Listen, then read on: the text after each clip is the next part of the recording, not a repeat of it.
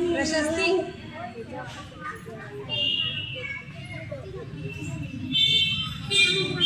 तुमच्या समोर 15 ऑगस्ट निमित्त एक छोटीशी कविता म्हणणार आहोत.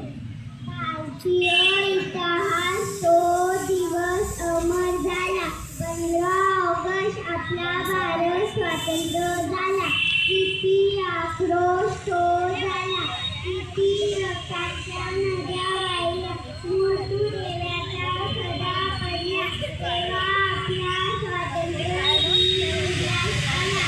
अनेक स्वातंत्र्यवीरांनी झालेल्या गोळ्या आपल्या हृदयाच्या छातीवर मारून आज आपण स्वाभिमानाने उभे आहोत. या आपल्या प्राणप्रिय भारत भूमीच्या मातीवर न पिकासाठी लढले, न धर्मासाठी लढले, भारतीय वीर फक्त देशासाठी लढले.